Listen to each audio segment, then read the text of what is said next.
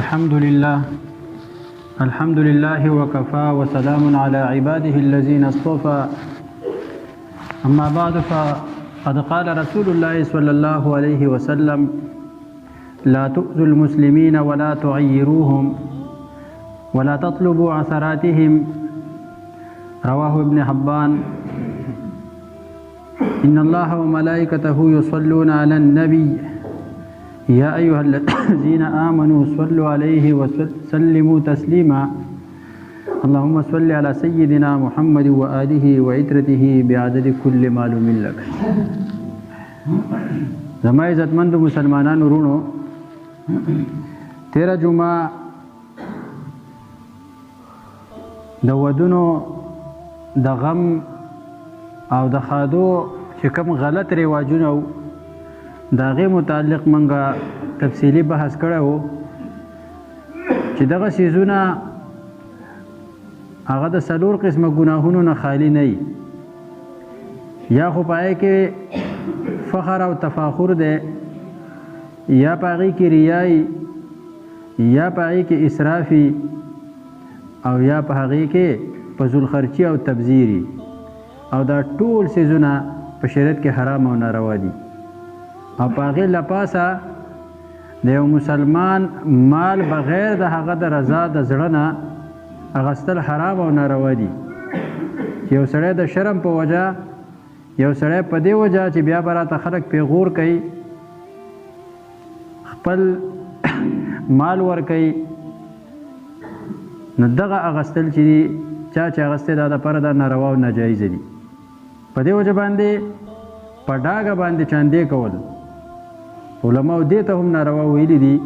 چې یو سړی بلکل په ډاګه ته راکه ته راکه ته راکه څه په طریقې ته زما د شرم د وجې نه په زړه دې جوړه نه او ته ماله سره راکې یا د هغه په زړه جوړه نه هغه ماله راکي دا هم ناجایز دي. البته یو ضرورت راغی او پټ یو سړی په خپله مرضۍ سو ورکوي د خپل زړه نه د زړه په خوشحالۍ پټې سو ورکوي هغه خو جایز دي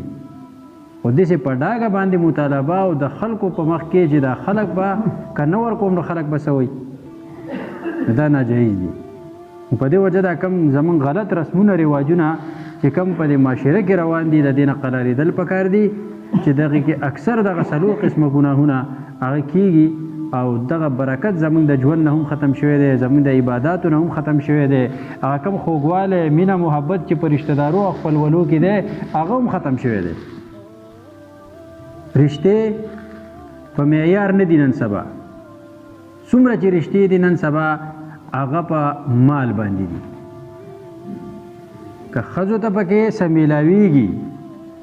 د دنیا نو دغه ځای رشته کوي اگر که کم ځای چې رشته کوي هغه دونه اهلیت او صلاحیت نه لري یو ځای به داسې چې معیار به یې ډېر ښیي خو لیکن مال یې نه نو هغه جینکۍ هغه دغه شانتي ناست دي د دې جهیز او د دې رواجونو په وجه باندې نو دې له یو قومي شکل ورکول غواړي په یو کلیوالي شکل دې له ورکول غواړي چې ټوله متفقه یوه جرګه هغه وشي او د دې څیزونو نه خلک هغه قلار شي که نه هر سړی انفرادي طور د دې نه پوزې له راغلی دی یو پکې هم داسې نشته چې په دې خوشحالۍ په دې خبرو خو لیکن دې له یو اجتماعي شکل ورکړی شوی لا نه دی چې کله اجتماعي شکل ورکړی شو دا انفرادي ټول سوچونه فکرونه په یو ځای راجمع شول د دې لعنت نه به خلک ابدمه شي. نو الله جل جلاله دې وکړي چې دغه قصه دا زموږ د ودونو او د غمونو دا قصې چې دي هغه سادګۍ طرف ته راشي د اسلام روایاتو طرف ته راشي او هغه خوږوالی د خلکو دوباره د یو بل سره په رشته دارو کې هغه شروع شي. الله دې داسې وکړي. کم روایت چې ما نن ذکر کړی دی حضرت عبدالله ابن عمر رضی الله عنهما نه نقل دي چې پیغمبر علیه الصلاة والسلام وفرمایل لا تؤذوا المسلمین مسلمانانو له تکلیف مه ورکوئ. نو په ژبه باندې په لاس باندې په خپل یو کردار باندې مسلمان له تکلیف مه ورکوه او د پیغمبر علیه الصلاة والسلام په خوله مبارکه د مسلمان تعریف چې پیغمبر علیه السلام کړی دی دا یې کړی چې المسلم من سلم المسلمون من لسانه و یده مسلمان هغه دی چې د هغه د لاس او د ژبې د ضرر یعنې د ټول بدن د ضرر نه بل مسلمان محفوظ وي دا تعریف نه دی کړی چې مسلمان دا دی چې ثابت ورځ دی په جومات کې ناست دی او نفلونه کوي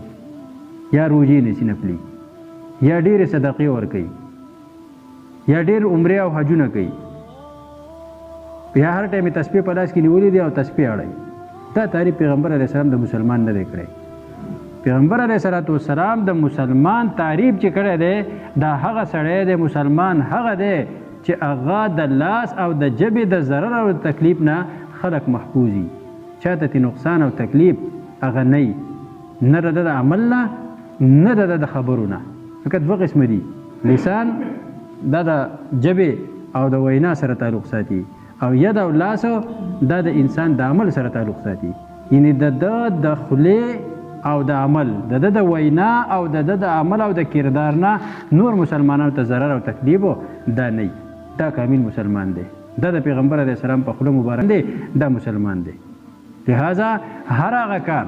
چې په هغې کې مسلمان ته ضرر او تکلیف وي هغه مسلمان نه کوي. اوس خوا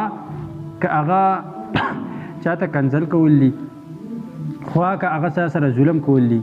خوا که د چا حق نیول دي، خوا که یو مسلمان هغه ته پیغور ورکول دي، خوا که یو مسلمان سپکول دی او غیبت کول دي، یعنې چې په څه شي باندې هم یو مسلمان ته تکلیف وررسیږي د هغه کار نه به ته ځان ساتې. دا پته لازمي او ضروري ده. د پیغمبر اسلام فرمایي لا تؤذوا المسلمین، مسلمانانو له ضرر مه ورکوئ، تکلیف مسلمان له مه ورکوئ. ستا مثال په طور ډېر داسې هم دي چې زمونږ ډېر ښه خلک ښه مونځګزاره ښه چې په دنیا کې ورته مونږ دینداره وایو، اکثر داسې چې د کور د نالو اوبو د هغه د ګټرو اوبو هغه په داسې وختونو او په داسې ټایمونو باندې راځي چې په ګاونډ کې ټولو خلکو ته تکلیف وي. نو خامخا هغه خلک بیا دا وایي زه ستا په شب جمعه څه کوم، زه ستا په منځونو عبادتونو څه کوم، ما له خو دا شی په کار ده چې ما ته دا غول په دې نالۍ کې مه رابیوه، ما ته دا بین په دې نالۍ کې مه رابیوه چې ما ته دا تکلیف نه وي، ما ته ته په لارو کې ستا اوبه رابیې ستا د دې اوبو نه ما ته دا تکلیف دی. نو زمونږ د کردار نه بیا څوک متاثره نه وي، زمونږ د وینا نه بیا څوک متاثره هغه نه وي. نو دا هم د تکلیف یو صورت دی چې په لاره کې داسې یو قسمه کار کول یا په ګاونډ کې داسې قسمه نالۍ او دا تکلیف ورکول چې ګاونډیانو ته تکلیف دی. دا هم په دې ضمن کې او په دې حدیث شریف کې ذکر دي چې لا تؤذوا المسلمین، مسلمانانو به ضرر نه ورکې. ستا مجبوري شوه، ستا د کور ګډر ډک شو، نو ته چېرته باران کې د شپې یو ټایم هغې له مشین راوړه او تشې کړه. نو خامخا خلک په ګاونډ کې د یو بل سره دومره ګزاره کوي، خو دا نه کوي چې تا ډایرکټ شی شروع دغه کړی دی او په مخه ستا د کور د ګټر نه دا به نه کوي. دا ضرر دی، دا ګاونډي ته نقصان دی. ها بل ولا تعیروهم، مسلمانانو یو بل مسلمانانو له پیغور مه ورکوئ. او دا خاص طور زمونږ په دغه ودونو او په دې رسمونو رواجونو کې څومره پیغورونه په کورونو کې، د کم واده کې چې کم سامانونه شوي په کورونو کې، ته ګوره دا ښځې څومره پیغورونه کوي دغې جنکو ته، دا کمې چې واده شوي. یا عام طور باندې چاله د غریبۍ پیغور ورکول، چاله د بدشکلۍ پیغور ورکول، چاله د وجود د معذورۍ پیغور ورکول، چاله د نسب په دنیاوي لحاظ باندې د کمۍ پیغور ورکول، دا ټول په دې کې داخلي. دا به نه کوي، چاله به پیغور نه ورکوي. او دریم نمبر پیغمبر اسلام فرمایل چې ولا تطلبوا اثراتهم، د مسلمانانو لغزشونه د هغو کوتاهۍ د هغو په کمزورو پسې ورپسې کېږه مو چې لیدکې دې لګولی دی او د هغه په کمزورو پسې او د هغه په لغزشونو پسې هغه ته ورپسې او هغه خلکو ته بیانوي او هغه شرموي او هغه رسوا کوي. د دې درېو خبرونه پیغمبر صاحب منع وفرمایله. مسلمانانو له تکلیف مه ورکوئ، مسلمانانو له پیغور مه ورکوئ، مسلمانانو لغزشونه کوتاهي کمزورۍ دا مه تلاش کوئ چې د هغې د وجې خلک وشرموئ. الله تعالی دې موږ له په دې د عمل کولو توفیق را نصیب کړي. واخر دعوانا ان الحمدلله رب العالمین.